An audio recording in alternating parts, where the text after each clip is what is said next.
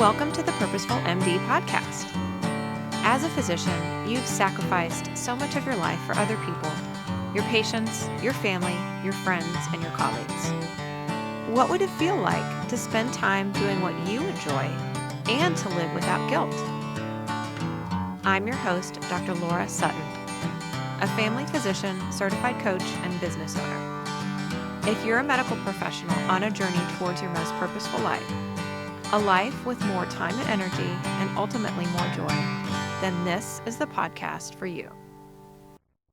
All right. Welcome to the Purposeful MD podcast. I am delighted to be talking today with Dr. Susan Baumgartel. She is an internal medicine physician with over 30 years of clinical experience. In 2020, she launched Menopause Menu, which is a free informational website providing nourishing support for menopause and beyond. Love that. In 2021, she stepped away from direct patient care and founded a novel telemedicine business model, My MD Advocate. She uses her extensive medical experience and expertise to serve patients by providing medical consultation and advocacy support. She's an expert on multiple topics, including aging with intent, preventive care, menopause, chronic diseases, autoimmune conditions, and much more.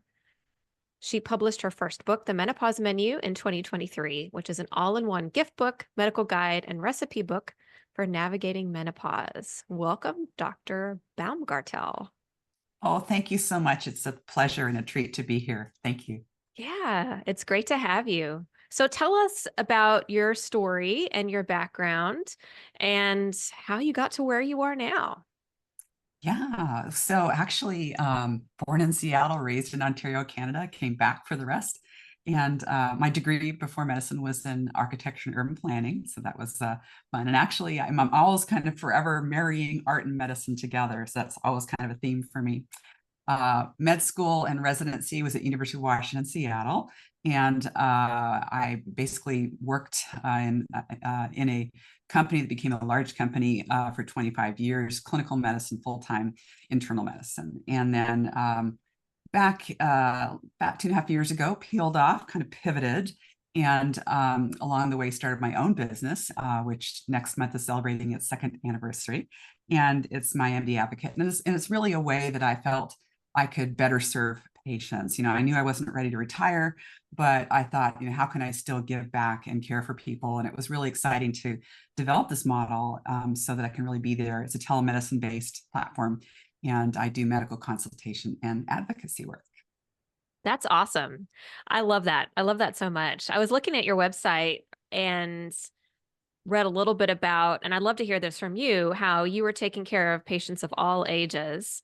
And you kept hearing this common theme about women that were in this menopausal transition and were really struggling and didn't have the resources, didn't have the support that they felt like they needed. So share a little bit about that. Yeah, the story, as anything in my life is always a story. It starts actually back in 2012 when I developed a program called Menu for Change, which was a weight management and wellness program. And I employed a lot of different professionals, including naturopathic doc, acupuncturists, nutritionists, exercise physiologists, psychologists. And we helped mostly women. There were a few men, but women who were wanting to work on weight management. And that ran for 7 years. It was just, my baby.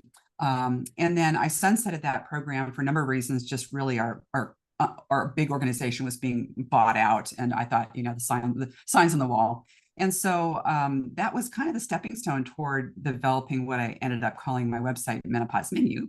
And that was really the culmination of, I guess, my entire career, thinking about women in particular, certainly women in their 40s, 50s, 60s, navigating this time period. And I just thought, gosh, there's something there. I could do something different. I could provide information. I could be of value to them. And so that was kind of the growth point for me developing my work, helping women in menopause. I love that so much. I love that you saw this need, that women were not feeling like they were heard in the medical community, and that you stepped in and said, hey, I can do something about this, and I can help these women. Well, I even reflected, on my own experience, when I had a woman in the exam room for whatever purpose. And, the question would come out about, well, I've had these night sweats, I don't know what to do, or, I have this weight gain and I'm sick of it and I eat better and I exercise and how come it's right around my waist, and these frustrating kind of issues. And I realized, there wasn't like a perfect resource, it wasn't like, if I sent it to a medical resource, they didn't have to look up every third word. It was ridiculous. And then we all know the other side of that coin, which is a snake oil salesman and the stuff that's just woo woo and just not even really, evidence based in any way. So I thought, gosh, there's got to be a better way to get information in a reasonable, succinct, accessible way that's not just them talking to their best friend or their mother or their aunt, or their colleague at work. I also felt it was important, especially as I practice, to have space for them to be heard because, I know even from personal experience, and I've already been through menopause, when you go in, let's say for your annual, let's say you're just in there because, you hit your elbow and it hurts, there's no time. And our fast pace, boom, boom, boom, boom, your visits are so, your hands on the doorknob. And that's when they talk about the chest pain, right? The old doctor joke. Right. It's not a joke. So women, I think, are not allowed the time to be heard. Like when you think about it, in that circumstance, who's going to bring up their topic of vaginal dryness or right. libido problems? I mean, it's first of all, it's a very sensitive, maybe embarrassing for some women issue. So getting this into the limelight, getting this into the forefront, allowing women the resources to learn some things and then feel confident talking about it or asking about it, I think is a mission that probably any doctor should have, and certainly anyone caring for women. Yeah, so important, so important. It makes me think about, so I'm a family physician, and even in my training, and I'm curious your experience as well, we were not trained in women's health. We were trained in obstetrics and gynecology, how to deliver babies, how to evaluate postmenopausal bleeding, some of those types of things, how to work up irregular periods. But as far as when women got to menopause, there's just this black hole of information. And we know that so many of the studies on non-women's, I should say non-women's health related issues were done on men. Studies on cardiac problems or just any type of medication that you can think about. The famous Ambien studies, right? They were not tested on women. And I remember back to my training, even thinking about chest pain, you brought up chest pain, that the symptoms that women most likely present with for cardiac issues were considered atypical.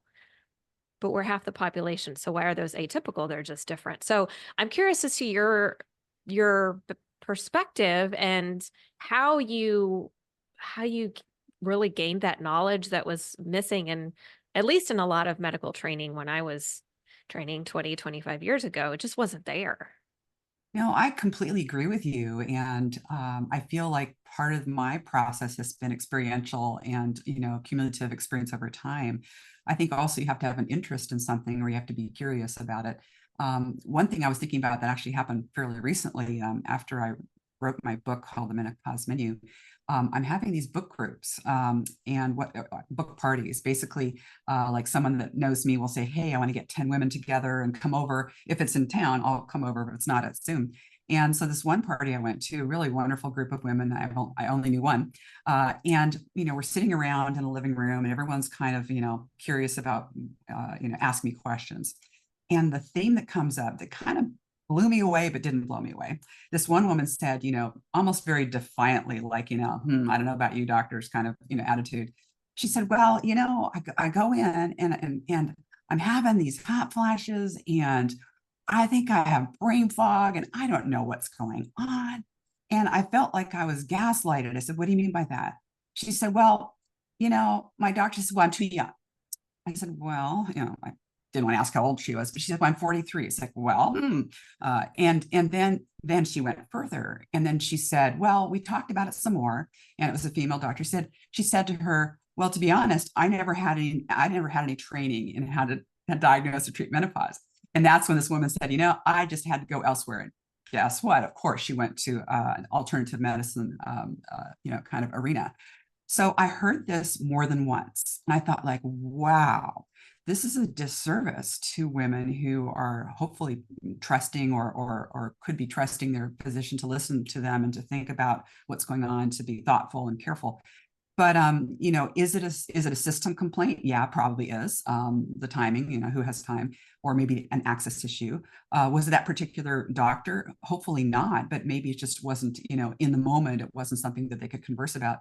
But it just got to me. I thought, wow, we've got to do a better job. And that was, that wasn't how I started my book, but that's kind of where I thought, like, wow, now I have this ability, this tool to kind of, help people learn more in a way that's not too scary with lots of difficult medical words, but not woo woo and kind of, junk science. So to me, it was important, again, to have women be able to have access to information.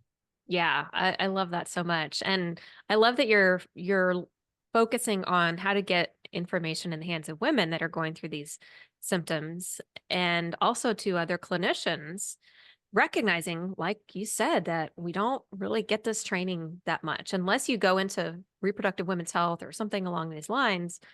Then we might not get this level of training. So how can you provide support to the clinicians taking care of these women too? I think that's a great mission. Yeah, for sure. And Yeah. I didn't set out to just treat women, and actually in my own business, which is for patients in Washington State, I do a lot of different things. It's definitely not a menopause practice. But to me, that was very invigorating to know that I could kind of hopefully make a difference. Yeah, yeah. And you talked a couple times about, you use the term snake oil, and I know there's a lot out there that is not evidence-based, and these women are really just trying to seek solutions and seek some relief, talking to their friends and colleagues and maybe family members about what they're going through and getting recommendations about things that are not evidence-based. And at the same time, there's a gap in what is evidence-based that we can offer to women. And so kind of makes sense that they're really looking for alternative treatments. So what tell us what you're doing to focus on this evidence-based care. Yeah, so I guess part of this also is like how do women get information, and when I say women, I don't mean just genetically. It's just anyone who identifies as a woman, anyone who's going through menopause, and in fact, men need to learn this too. It's so important because everyone knows someone who's going through menopause, but in our modern society, for right or for wrong, we get these little tidbits of information, sound bites. TikTok, it's a 5-second blip, and the information cycle is 24/7. People are scrolling on their phones on their toilet. And it's just no one's going to sit down and read a book. I should say read cover to cover, unless it's a fiction or something they're having to study for a class or a test. So how do you get information out in the right way? That's, I guess, in part how I developed my website, Menopause Menu, which people who go to it kind of say, oh, it's a blog, and there's blogs, there's videos, and there's recipes. But actually, under the information tab, there's 16 different sections, and that, interestingly, they correspond to the chapters of my book. And so let's say you have urinary difficulties, well, you can click on that and kind of get some videos or some recipes or some blogs. And of course, in the book, it's different. So getting it into I have never been us versus them, like science versus non-science. To me, it's all a blend, and it's really important. So yes, evidence-based, science-based medicine is absolutely essential, but it doesn't mean you can't talk about all the other holistic things that are important or valued or cherished by a patient. So if they want to consider acupuncture for hot flashes, well, just because the Menopause Society has said maybe it doesn't do a good job on vasomotor symptoms.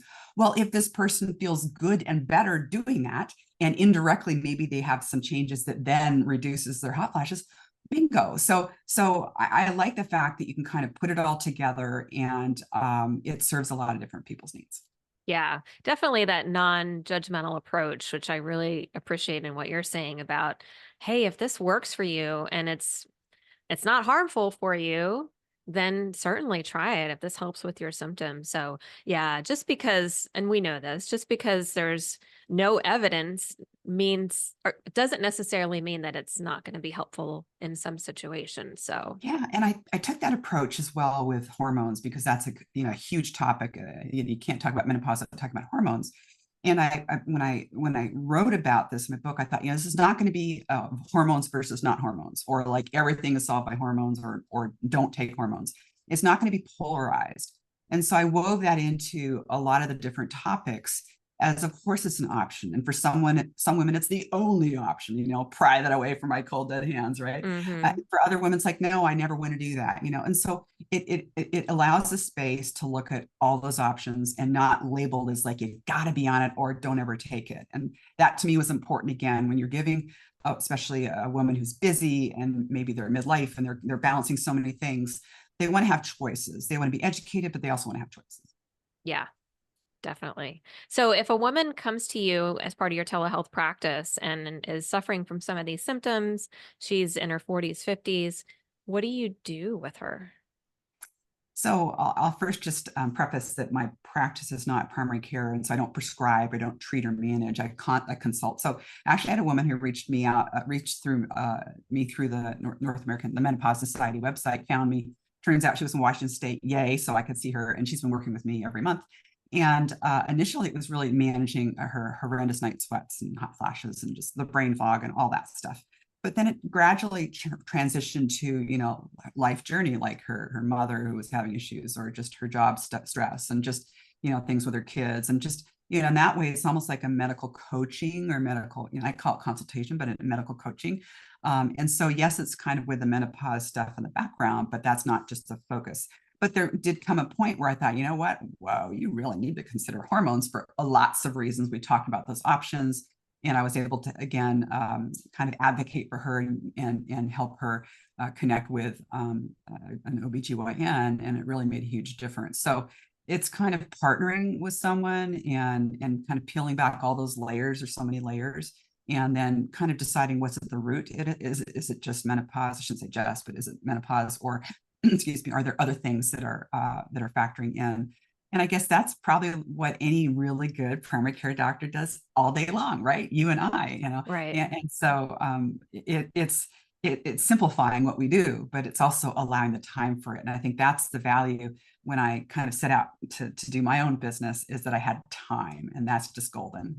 Right. Yeah, that's so important. And of course, being from a primary care background too, the lack of time that we are able to spend with our patients is really heartbreaking. It's very difficult. I'm lucky enough to be in an environment where I can spend a little bit more time with my patients. So Yeah. yeah, it's really helpful. We can dig into some of those quote unquote social issues you mentioned Yeah. about taking care of older parents. A lot of women in this age group have older parents, and then we also have Yeah. teenage kids. And so that sandwich generation, stresses of life, we're having trouble sleeping, and that just compounds everything. And so it's definitely multifaceted. And yes, I think a lot of primary care physicians either don't have the training, and so they don't ask those questions.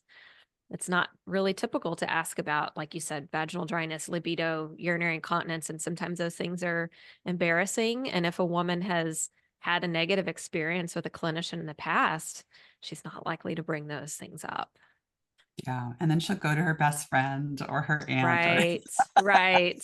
And then that just which is not perpetuates. wrong, but it's just not probably going to, solve her issue. Right. Or she keeps it silent and then Right. suffers, and then that doesn't help anybody. So, yeah.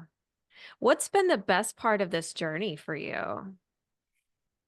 Well, oh, gosh, so many good parts. I guess looking back, um, you know, I've been a physician for 30 years, and I feel like now that I've pivoted, I see this journey just extending for quite some time. It's not like up 65, retire. I just feel like this could go on in a really wonderful way. And then being a first-time author, brand new experience. Self-publishing is not for the faint of heart. But seeing where that's going, and the excitement that has for me with kind of extending my reach and really helping people in that way. I really just like this. What someone told me recently is a portfolio career. I'd never heard of that term before, I love but that. one of my colleagues had said, "Oh, portfolio career," like, "Oh gosh, I'm going to use that." And it makes sense, because it's not just, and say just, but I was a physician for so many years. I still am, but now I'm kind of broadening that reach. And I find that I'm happier. I'm definitely more rested. I can attend to all the self-care things that fell by the wayside for way too long. And that's a trifecta. That's good all around for everyone. And so I'm very excited by it. Yeah. Yeah. So let's talk about your book. Tell us about that journey and how you got started and the self-publishing. I'd love to hear about all of that. Yeah. So the Menopause Menu, gosh, it was a spinoff from the website. Of course, it's much more than that. It's an experiential book. So, I thought of like when I was a kid, my mother was an artist. And so you think about a coffee table book would be like Georgia O'Keeffe, or it could be Emily Carr and the Group of Seven, and just big book. You open it up in your lap. You can just turn anywhere. You just stare at the beautiful art and read something about it. And then 5 minutes later, you go. And so I thought, well, gosh, if I have something that's of that flavor, of that ilk, something that's beautiful, that people want to come back to, you don't have to read cover to cover in a certain order. Maybe you just want to look at a picture or something. So I started with that theme and really kind of developed it. And so there are 16 chapters, 16 major symptoms or issues of menopause. Obviously, there are more than that for menopause, but that helped kind of form the backbone of this book. With each chapter, you get a recipe. So that's really fun. And then I have kind of interspersed along with the really good solid medical advice. I have lots of goodies like, poems or haiku or quotes from colleagues. There's even I made up a menopause menu bingo. That's kind of fun. And now there's the books, the chapters are arranged like a fine dining restaurant. So, you come in, there's the entree, there's the introduction, which is just the beginning of the chapter. There's the amuse-bouche, it kind of tickles your appetite. Then there's the appetizer, there's the entree, there's the palate cleanser, and there's the dessert. Those are different sections of each chapter. And the dessert is kind of like what I'd say is the wild card. It's just like there's a lot of fun stuff. And chapter 2 is on night sweats, and there's like a blooper reel, which is really funny. There's just kind of you can open that book, you can read for 5 minutes, and you can learn something, and then you can walk away and read it later. And so to me, it was just a fun creation project, and it was great to see it come alive. That sounds lovely. And it sounds like it's really just perfect for what women in this age group really need. They're busy, they don't have time necessarily to sit and read a book cover to cover. And that sounds amazing. Yeah. So now it's available on Amazon, of course. I'm just putting the finishing touches on the ebook, so that's coming out soon. I didn't have that first, and actually, I was wondering if I was going to do an ebook because it's so tactile and experiential. It's nice to actually hold the book. I'm probably a bit old-fashioned too, but ebook, it turns out it's going to be fine. There's lots of color, so it worked out well. It'll never be an audiobook. It wouldn't really fit for that. But I'm connecting with a lot of women, as I mentioned, book parties, which are fun. I've done a lot of local, bookstore and local regional events. And then I'm also kind of getting into this new phase where people who are having conferences or workshops or retreats or summits, maybe they want like a little glam bag or grab bag or kind of parting gift. And so that would be something that people are considering. So it's just, to me, it's an organic learning experience. I don't have a marketer or promoter, but I love that part too, because I get to meet so many different people. Yeah, that's awesome. I love it. I love that so much. Yeah. Well, Dr. Baumgartel, it's been so wonderful to talk to you. This has been amazing, and I am so glad that you're doing what you're doing and putting all this wonderful energy and knowledge out into the atmosphere, supporting women and supporting clinicians. Well, it's a great journey, and I get to meet people like you along the way. So I feel very lucky. If people want to reach out, I'm reachable, and they can go to my mymdadvocate.com, and I have my phone number and my email address there. They can also get some fun free tidbits on my Menopause Menu website, and of course my book on the Amazon. I'm also on LinkedIn, and I have a Facebook webpage, Menopause Menu. So. And God forbid I have a YouTube channel. It's not very active, but just put myself out there. Yeah, I love that. And we'll provide all those links for our listeners. So thank you so much for being with us. It's been wonderful to talk to you. Thank you. I appreciate it so much. Thank you for listening to the Purposeful MD podcast. If you like what you hear, please rate and review the show. Please also visit my website, www.thepurposefulmd.com, for free downloads or to discuss working with me as your coach.